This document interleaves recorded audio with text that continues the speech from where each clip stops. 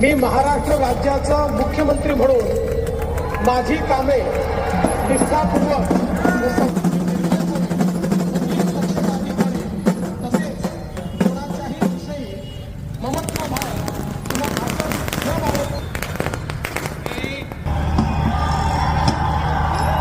हिंदू हृदय सम्राट मुंबई संभाजी शिंदे ईश्वर साक्ष शपथ घेतो की कायद्याद्वारे स्थापित झाले आहे अशा भारताच्या संविधानाबद्दल मी खरी श्रद्धा व निष्ठा बाळगीन.